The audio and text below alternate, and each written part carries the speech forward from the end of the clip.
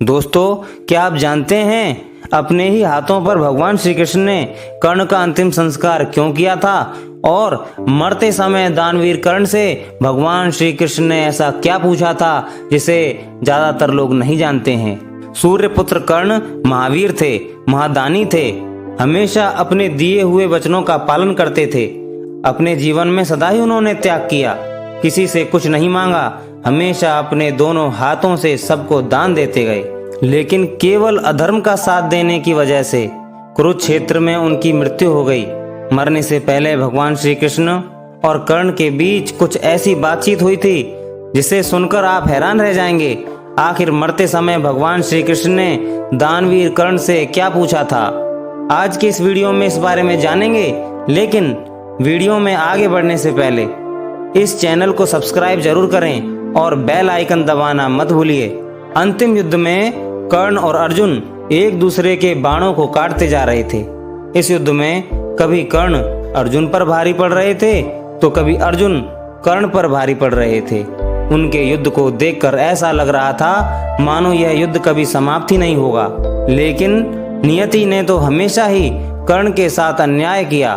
श्राप की वजह से उनके रथ का पहिया धरती में धंस गया।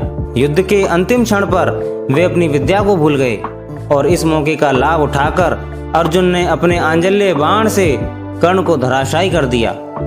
कर्ण को ऐसी हालत में देख भगवान श्री कृष्ण को बेहद कष्ट हुआ और वे बहुत दुखी हो गए, क्योंकि कर्ण भले ही अधर्म के पक्ष से युद्ध लड़े थे लेकिन वे सदा ही धर्म के मार्ग पर चले थे। लेकिन कर्ण की हालत को देख अर्जुन बहुत खुश हो गए थे, क्योंकि कर्ण की मौत से दुर्योधन की हार निश्चित हो गई थी। तभी अर्जुन कर्ण का अपमान करते हुए श्री कृष्ण से कहते हैं कि देखिए माधव, जिस कर्ण के युद्ध कौशल का आप हमेशा गुणगान करते थे वह आज मेरे बाणों के आगे टिक नहीं पाया। देखिए वह कैसे मेरे बाणों से घायल होकर मृत्यु के द्वार पर पहुंच चुका है। यह सुनकर श्री कृष्ण मुस्कुराते हुए अर्जुन को बोले, हे अर्जुन, कर्ण का यह हाल हनुमान जी के बल और मेरी बुद्धि से भी हुआ है। अगर मैं और पवन पुत्र हनुमान तुम्हारे रथ पर विराजमान नहीं होते तो तुम कर्ण को कभी नहीं हरा पाते। कर्ण के दान देने की आदत भी कर्ण की हार का एक कारण है। कर्ण की दान देने की आदत को पहचानो और इस विजय को भी उसका तुम्हारे लिए दान ही समझो। यह सब सुनकर अर्जुन का अभिमान जाग गया और उन्होंने श्री कृष्ण से कहा, अगर कर्ण सच में दानवीर होता तो धर्म उसकी रक्षा करता, लेकिन कर्ण तो मरने ही वाला है, तो कहाँ गया उसका दान पुण्य। अर्जुन की यह बात सुनकर भगवान ने एक लीला रचने के बारे में सोचा और कर्ण की अंतिम परीक्षा लेने के लिए अर्जुन के साथ ब्राह्मण का वेश धारण करके वे दोनों कर्ण के सामने आ गए।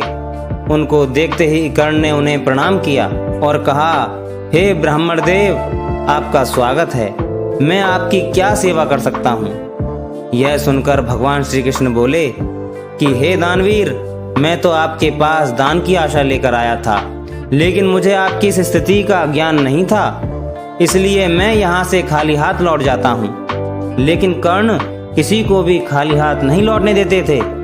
अपने अंतिम क्षण में भी दान देने से कर्ण पीछे नहीं हटे।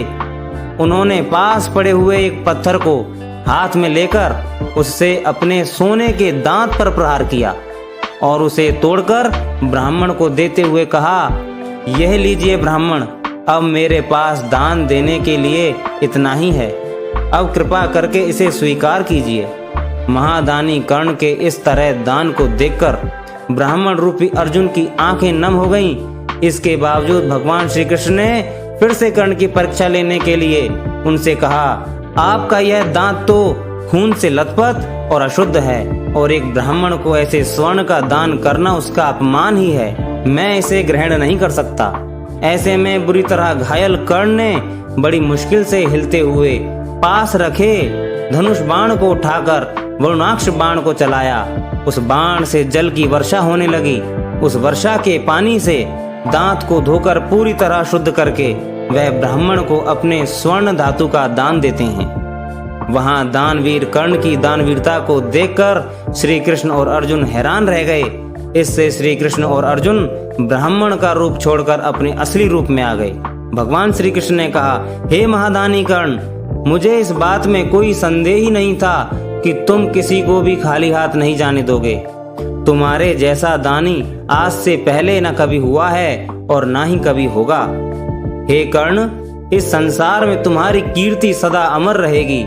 काफी प्रभावित हुए कृष्ण ने कर्ण से कहा कि वह उनसे कोई भी वरदान मांग सकते हैं। भगवान श्री कृष्ण की यह बात सुनकर कर्ण ने उनको प्रणाम किया और कहा कि एक निर्धन सूत पुत्र होने की वजह से उनके साथ बहुत छल हुए हैं।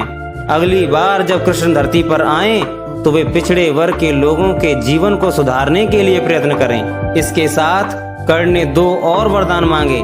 दूसरे वरदान के रूप में कर्ण ने यह मांगा कि अगले जन्म में कृष्ण उन्हीं के राज्य में जन्म लें, और तीसरे वरदान में उन्होंने कृष्ण से कहा कि उनका अंतिम संस्कार ऐसे स्थान पर होना चाहिए जहाँ कभी कोई पाप ना हुआ हो।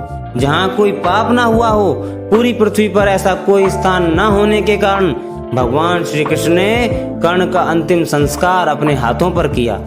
इस तरह दानवीर कर्ण मृत्यु के पश्चात साक्षात वैकुंठ धाम को प्राप्त हुए और अर्जुन को अपने व्यर्थ के अभिमान का ज्ञान हुआ। तो दोस्तों, वीडियो अगर आपको पसंद आई हो तो इसे लाइक कर कमेंट में जय श्री कृष्ण जरूर लिखें।